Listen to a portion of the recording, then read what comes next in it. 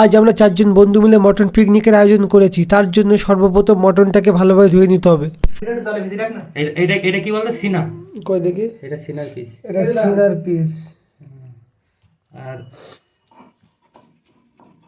আর নারকেল নারকেল, এই সিনাটাকে নারকেল বলবো না। না না না, নারকেল আলাদা। এটা হচ্ছে গর্দানের পিস, গর্দান।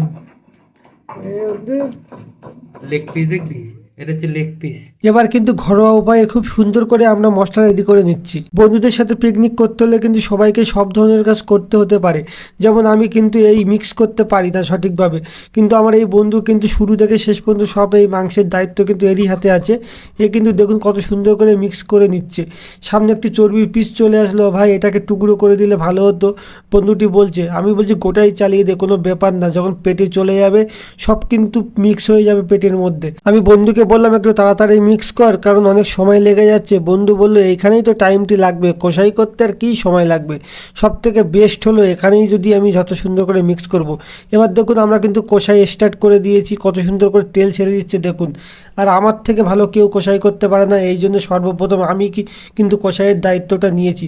দেখুন বন্ধুরা কত সুন্দর করে কষাই করছি, কারণ আমার হাতেই কিন্তু মেন টেস্টটি আসে। আমি যদি হাত না দিই কিন্তু মাংসে কোনো ধরনের কোনো টেস্ট আসবে না। এবার দেখুন কত সুন্দর দেশি রিয়াজি খাসির মাংসের পিসটি কত সুন্দর সিদ্ধ হয়েছে তা চেক করার জন্য উপরে তুললাম। আমি জানি তোমাদের লোভ লাগছে, কিন্তু কিছু করার নেই, তোমরা কিন্তু লোভ দিয়েও কোনো কাজ হবে না, কারণ তোমরা কিন্তু এই মাংসটি খেতে পারবে না, কারণ আমরাই খাবো, আমরা 4 জন বন্ধুরাই খাবো। দেখুন কত সুন্দর করে কষাই হয়ে যাওয়ার পরে আমরা যখন মাংসটি ভালোভাবে সিদ্ধ করছি, তা দেখুন কত সুন্দর মাংসের পিসটি ভালোভাবে দেখা যাচ্ছে, এবং দেখে মনে হচ্ছে এখনই সব মাংস খেয়ে নিই। এবার মাংস কতটি কমপ্লিট হয়েছে এটা দেখার জন্য আমি কিন্তু 4-5টি পিস থালায় তুলে নিয়েছি টেস্ট করার জন্য। এবার আমি মাংসটি টেস্ট করব, কিন্তু দেখা যাচ্ছে মাংসটি কিন্তু এখনও বাকি আছে সেদ্ধ হতে। তো আমি একটা বাইট দিলাম, উফ কতটা, আরে ভাই অনেকটা শক্ত আছে, এখনো সময় লাগবে কিন্তু এই মাংসটি সেদ্ধ হতে। বন্ধুকে বললাম ভাই আরও কিছু সময় ওয়েট কর, কারণ এই মাংস কিন্তু এখনো সেদ্ধ হয়নি, আরও কিছু সময় ভালোভাবে সেদ্ধ করতে হবে।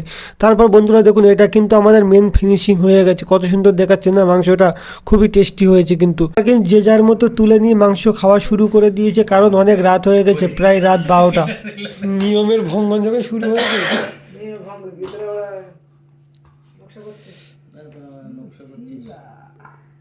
তাহলে আমার তুই নিয়ে না বাড়ি যা